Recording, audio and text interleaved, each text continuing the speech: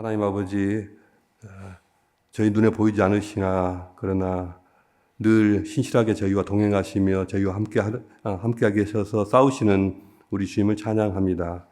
그 하나님을 눈에 보이는 것처럼 의지하며 나아가는 저희 하루하루가 되게 하여 주시옵소서. 저희가 영적인 싸움을 싸울 줄 아는 믿음의 용사들이 되게 하여 주시옵소서.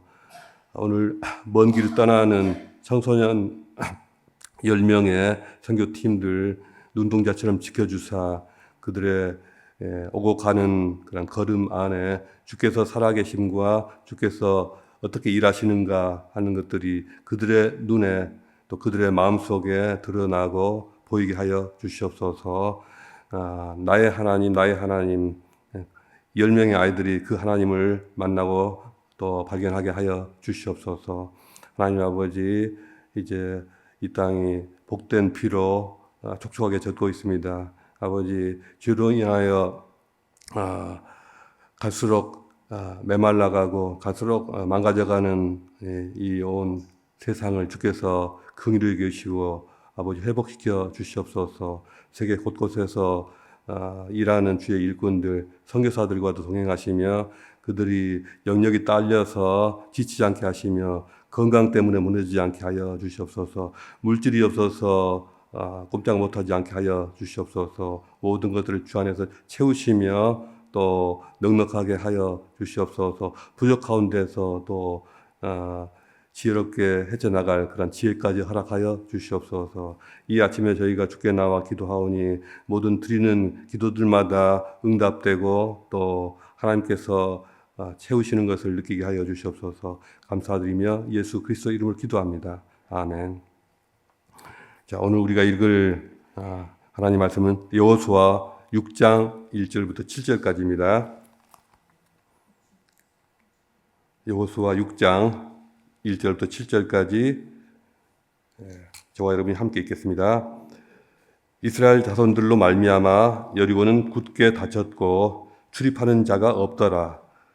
여호와께서 여호수아에게 이르시되 보라, 내가 여리고와 그 왕과 용사들을 내 손에 넘겨주었으니 너희 모든 군사는 그 성을 둘러 성 주위를 매일 한 번씩 돌되 엿새 동안을 그리하라.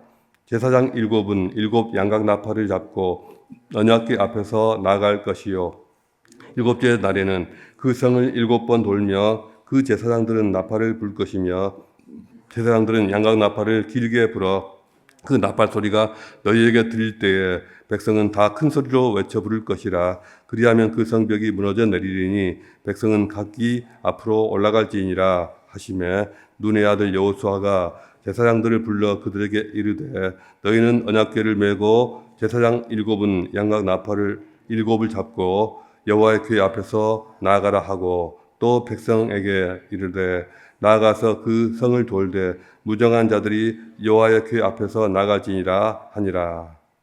아멘. 자,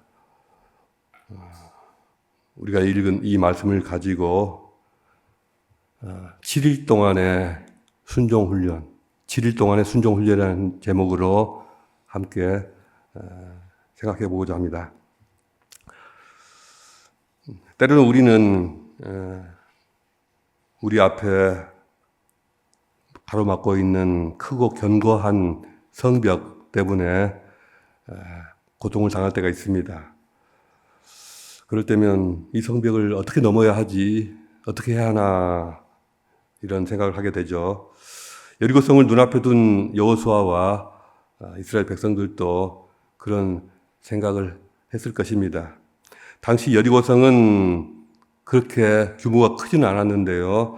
약 1,500명 정도의 주민들이 살고 있었다라고 고고학자들은 그렇게 추산을 하지만 성벽은 워낙 높고 천의 요새처럼 단단했습니다. 여호와 하나님은 여호수아를 통해서 상식적이지 않는 작전 명령을 하달하십니다.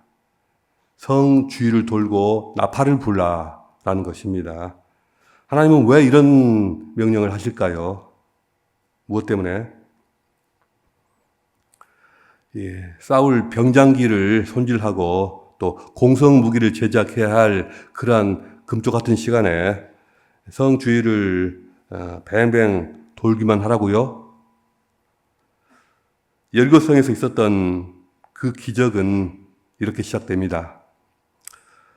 여리고성 함락의 이야기에서 우리가 일반적으로 적용할 수 있는 어떤 군사 전략적인 어떤 지혜라든가 또 싸움의 기술 같은 것을 우리는 전혀 발견할 수가 없습니다. 우리는 다만 믿음과 순종에 대해서 우리가 배울 수가 있습니다. 한국 남자들이, 젊은이들이 징집되어서 훈련소에 입소했을 때 처음 배우게 되는 것은 이전에 담임 목사님께서 한번 말씀하셨지만 실내에서는 격려하는 것, 열중셔 차렷 격려하는 것, 그리고 그런 어떤 구령에 따라서 복명복창하는 그런 군대 여절이고요. 또 연병장에 나가서 처음 배우게 되는 것은 제식훈련이라고 합니다. 제식훈련. 제식훈련 어떤 것인지 아시죠? 상급자가 구령을 하면 사열정제를 헤쳐 모여 하면은 일사불란하게 오하열을 맞춰서 정렬을 쫙 하고 또 앞으로 가 하면은 하나 둘 발을 맞춰서 앞으로 행진하고 뒤로 돌아가 한다든가 이렇게 구령에 맞춰서 움직이는 훈련입니다. 제가 훈련소에서 훈련 받을 때 저희를 담당했던 그 중대장이 이런 말을 한 적이 있습니다. 만약 지금이 전시라면 너희들에게 두 가지 것만 가르쳐서 전쟁터로 보내면 된다. 두 가지 것만. 다른 것은 다 괜찮다. 필요 없다. 그 두 가지 것이 무엇일까요? 그 첫 번째 한 가지는 총 쏘는 법을 배워야 하죠. 총을 다루는 법을 배워야 하니까 사격과 관련되는 사격술, 또 총에 대한 어떤 지식들, 이게 필요하고, 또 한 가지 중요한 바로 이 제식훈련이라는 것이죠. 제식훈련. 열중셔 차려하고 앞으로 나가 이런 게 왜 중요하지? 꼭 이게 그렇게 중요한가? 이렇게 생각을 했는데, 이 제식훈련을 반복하면서 제멋대로 중구난방으로 행동하던 이 민간인들이 머리만 깎는다고 군인이 되는 게 아니죠. 명령에 따라서 일사분란하게 움직이는 이 제식훈련을 통해서 군인으로 변모하고 탈바꿈되기 시작하는 것이죠. 여리고 작전은 제가 보기에는 하나님께서 이스라엘 사람들을 제식훈련을 하신 게 아니었나, 7일 동안 제식훈련 시키신 게 아니었나 이런 생각을 하게 됩니다. 이제 가나안 땅에 막 진입해서 수많은 전투를 치러야 할 이 이스라엘 백성들을 명령에 죽고 명령에 사는 그 용사로 탈바꿈시키는 그런 훈련 과정이 아니었나 이런 생각을 하게 되죠. 7일 동안 과연 그들에게는 어떤 일이 일어나게 되고 또 어떤 과정을 통해서 믿음을 배우게 될지 생각하게 됩니다. 여리고 성을 도는 첫날에 이스라엘 백성들은 모든 것이 낯설고 불안할 것입니다. 첫걸음이란 두렵기 마련입니다. 성벽은 어마어마하게 높고 저 위에 여리고 사람들은 쳐다보고 있는데 그들의 마음에는 정말 이 방법으로 성벽이 무너질까? 이렇게 해도 되나? 이런 의심과 또 한편으로는 하나님께서 말씀하셨으니 맞을 거야. 한번 해보자. 이런 기대가 함께 뒤섞여서 흥분된 상태로 행진을 시작할 것입니다. 이렇게 이스라엘 백성은 믿음의 첫 문턱을 넘어야 합니다. 어떤 새로운 어떤 병기라든가 새로운 무기, 공성장비 이런 걸 전혀 휴대하지 않고 오직 나팔 소리를 따라서 침묵 속에 행진하는 것입니다.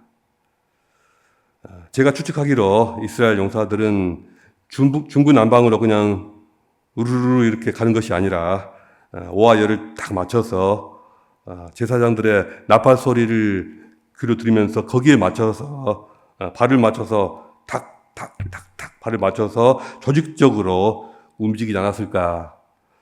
한 발 한 발 나팔 소리에 맞춰서 딱딱 맞춰서 군인답게 행진하는 모습을 하나님께서 명하시지 않았나 이런 생각을 하게 됩니다. 우리는 어떤 새로운 시작을 하게 되면은 어떤 두려움과 설렘을 함께 느끼게 됩니다. 새로운 직장에 첫 출근을 하게 되거나 또 새로운 관계를 시작하게 되거나 또는 신앙적인 어떤 결심을 하게 될 때 마음속에 여러 가지 생각이 떠오르게 되죠. 첫 발걸음은 늘 두려움과 불확실성을 동반합니다. 그러나 중요한 것은 우리가 그 두려움을 딛고 일어서서 첫 발을 내딛는 것입니다. 첫 발을 내딜 때 중요한 것은 구체적인 계획과 행동 지침을 가지고 시작하는 것입니다. 믿음의 길을 나설 때는 구체적인 행동 지침, 세부적으로 어떻게 하라, 한 발짝 한 발짝 어떻게 내딛을 것인가 하는 것을 그런 지침이 있어야 한다는 것이죠. 구체적이고 정확한 것이 필요한 것입니다. 여리고성을 도는 그 행동은 어떻게 보면 뜬금없어 보이는 그런 것이긴 하지만 그럼에도 불구하고 구체적이고 정확하게 짜여진 행동 지침에 따라서 일사불란하게 움직이는 것이었습니다. 그것도 이스라엘 백성들이 큰 부담을 갖지 않고 할 수 있는 일이었습니다. 믿음의 역사는 이런 식으로 시작하는 것이 좋다는 것입니다. 그냥 막연하게 처음이니까는 나는 아무것도 몰라 하면서 그냥 막연하게 무턱대고 시작한다기보다도 기왕 시작하는 거 정확한 어떤 행동 지침을 만들어서 거기에 맞게 마치 구령에 맞춰서 하나 둘 행진하듯이 그렇게 시작을 해야 한다는 것입니다. 둘째 날이 되어도 이 여리고성은 굳건하게 서 있는 것을 이스라엘 사람들을 보게 될 것입니다. 그러나 같은 시간에 같은 방식으로 그들은 대오를 짜서 행진을 해야 합니다. 첫날에 들떴던 그 분위기가 가라앉으면서 현실이 눈에 보이기 시작할 것입니다. 첫날 그렇게 요란하게 움직였는데 별로 달라진 것 같지도 않고 또 첫날은 조용하게 지켜봤던 그 여리고 주민들도 이제 이때부터는 아마 큰 소리로 조롱하기 시작할 것입니다. 이스라엘 백성들은 아마 이런 생각을 하지 않을까요? 이렇게 하는 게 진짜 맞을까? 아무리 생각해봐도 이건 아닌 것 같은데 이게 맞나? 그러나 이렇게 의심이 들 때 그때가 진짜 믿음의 시간입니다. 바로 이 순간을 지나야만 더 큰 믿음으로 나갈 수가 있습니다. 이렇게 의심이 들고 마음이 내키지 않을 때 두 가지 선택권이 있습니다. 하나는 좀 이상한 것 같으니 그냥 여기서 멈추자 하는 것이고 다른 하나는 하나님께서 함께할 것이니 끝까지 계속하자는 것입니다. 이스라엘 백성들은 어떤 선택을 하게 될까요? 이럴 때 우리라면 어떤 선택을 합니까? 내가 기도를 시작하는데 또 말씀을 읽는데 섬김의 일을 교회에서 시작하게 되는데 어떤 뭔가를 시작할 때 기대와 흥분이 사라지고 내가 이 일을 괜히 시작했나 이런 생각을 하게 될 때가 있습니다. 이게 무슨 의미가 있지? 정말 하나님께서 함께 하시는 건 맞아? 이런 의문이 드는 것입니다. 그러나 하나님은 분명히 우리가 보지 못하는 곳에서 함께 일하고 계십니다. 우리가 마음의 의심을 들고 또 내키지가 않아도 다시 몸을 일으키는 우리의 순종을 통해서 우리의 믿음을 훈련해 가시면서 하나하나 준비를 해 가십니다. 뭔가가 확실히 잡히는 것이 없어도 멈추지 말아야 합니다. 한 번 시작한 일은 결코 포기해서는 안 됩니다. 셋째 날이 되면 이스라엘 백성은 조금씩 행진에 익숙해질 것입니다. 발걸음도 안정되고 또 나팔 소리도 익숙해질 것입니다. 처음에는 어색하고 낯설던 행진이 셋째 날쯤 되면 습관처럼 느껴지기 시작할 것입니다. 반복은 신앙의 근육을 키운다. 이런 말이 있지 않습니까? 진정한 순종은 한두 번 하고 마는 것이 아니라 습관처럼 반복하는 것, 그것이 진정한 순종입니다. 하나님은 이 과정을 통해서 순종이 우리 삶의 일부가 되게 하십니다. 우리 신앙생활에도 이런 일들이 실제로 일어납니다. 뭔가 새로운 일을 우리가 하게 되는데, 안 하던 일을 하게 되는데 마치 몸에 안 맞는 옷을 입은 것처럼 불편하게 느껴질 수 있습니다. 하지만 매일매일 반복하다 보면 그것이 점점 편해지고 내 몸에 들어맞기 시작하고 우리 삶에 깊이 뿌리 내리게 됩니다. 습관이라는 것은 우리의 내면을 변화시키는 강력한 도구입니다. 하나님의 말씀에 순종하는 삶은 작은 행동일지라도 반복을 통해서 우리 삶의 큰 부분을 차지하게 됩니다. 순종은 단순한 행동이 아니라 습관이 되어야 합니다. 매일 기도하고 말씀을 묵상하고 이런 작은 순종들을 쌓아 나가시는 여러분 되시기를 축복합니다. 하나님은 그 습관을 통해서, 작은 습관들을 통해서 우리의 내면을 변화시키고 더 큰 믿음으로 나가게 하십니다. 넷째 날쯤 되면은 아마도 함께 열을 지어서 행진하는 동료들의 모습이 눈에 확 들어오게 될 것입니다. 지금까지는 내가 피곤하고 내가 불편한 것만 신경이 쓰였는데 이제는 동료 중에 누가 몸이 불편한지 또 누가 아침밥을 못 먹고 나왔는지가 눈에 보이는 것입니다. 내 몸이 안 좋아도 곁에 함께하는 동료들 덕분에 기운이 나게 될 것입니다. 믿음은 혼자가 아니다, 함께 가는 길이다, 이 진리를 몸으로 느끼게 되는 것입니다. 우리는 신앙생활은 어차피 혼자 가는 거 아니냐 이렇게 생각할 수가 있습니다. 그러나 절대 그렇지 않습니다. 여러분의 믿음의 여정을 위해서 하나님께서는 여러분과 함께 할 사람들을 준비해 두셨습니다. 저는 이것을 믿습니다. 여러분을 격려해주고 또 여러분에게 깨우침도 주고 또 간혹은 여러분과 부딪히기도 하지만 여러분을 부끄럽게도 만들기도 하고 그러면서 나팔소리에 함께 발을 맞춰서 앞으로 나아갈 믿음의 용사들이 여러분 가까이에 있습니다. 만약 여러분이 신앙생활을 하면서도 나는 정말 외로워, 누가 내 마음 알아주랴 하는 그런 생각이 든다면 함께 발을 맞춰 나갈 신앙의 동료들을 그 동료들이 아직 눈에 들어오지 않았기 때문입니다. 그 동료들을 보시기 바랍니다. 다섯째 날이 되어도 여전히 성벽은 무너지지 않을 것입니다. 그러나 이스라엘 백성은 이제 눈에 보이지 않는 어떤 것을 마음에 두고 있을 것입니다. 눈에 보이지 않아도 하나님은 일하고 계신다. 눈에 보이는 것이 다가 아니다. 눈에 보이지 않는 더 큰 힘이 역사하고 있다. 우리는 눈에 보이지 않는 그 힘을 믿는 자들이다. 이런 생각, 이런 마음이, 이런 믿음이 이스라엘 백성들의 마음속에 자라고 있는 것입니다. 사람들은 이렇게 힘든 일을 행하면서 그 결과를 빨리 얻고 싶어 합니다. 하지만 믿음은 당장 눈앞에 아무런 열매가 없고 아무런 잡히는 것도 없고 보이는 것도 없을 때 그때 보이지 않으시는 하나님을 눈에 보는 것처럼 바라보며 나가는 것입니다.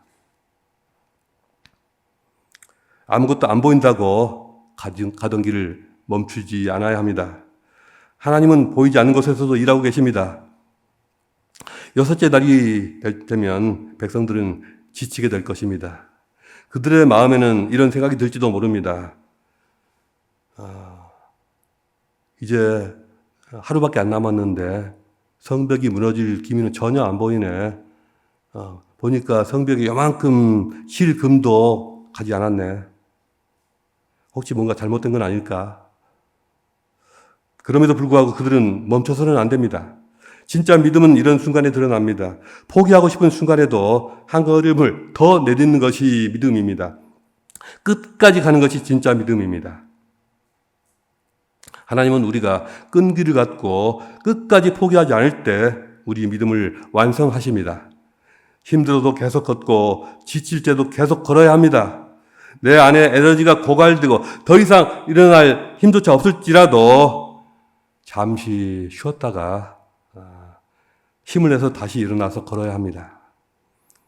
하나님은 그러한 싸움, 그러한 여러분의 어떤 힘든 고통을 다 지켜보고 계시고 그 포기하지 않는 믿음을 사용하여 기적을 보여주십니다. 마지막 7째 날은 아마도 가장 힘든 날이 될 것입니다. 순종이 요구되는 일은 보통 처음보다 마지막이 몇 배나 더 힘이 듭니다. 이제 막바지가 되겠구나 하는 느낌이 올 때 더욱 집중적으로 기도하고 자신의 힘을 다 끌어모아야 합니다. 하나님은 그와 같은 순종의 끝에 기적을 이루시는 것입니다. 여리고성이 무너지는 일은 하나님의 능력이 인간의 불가능을 초월하고 우리의 두려움과 한계를 뚫고 들어오는 그런 일입니다. 하나님께서 우리에게도 물으십니다. 너는 나를 신뢰하느냐? 우리가 하나님께 드려야 할 순종은 하나님의 능력을 우리에게로 불러오는 그런 통로입니다.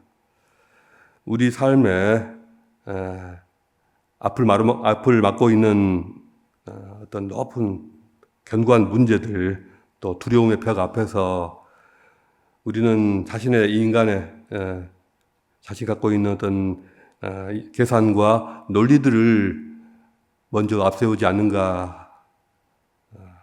우리 앞을 가로막고 있는 삶의 성벽 앞에서 우리는 스스로 물어봐야 합니다. 나는 지금 하나님이 주신 믿음의 나팔을 불고 있는가? 나는 지금 주님의 명령에 순종하여 행진을 하고 있는가? 아니면 주저앉아 있는가?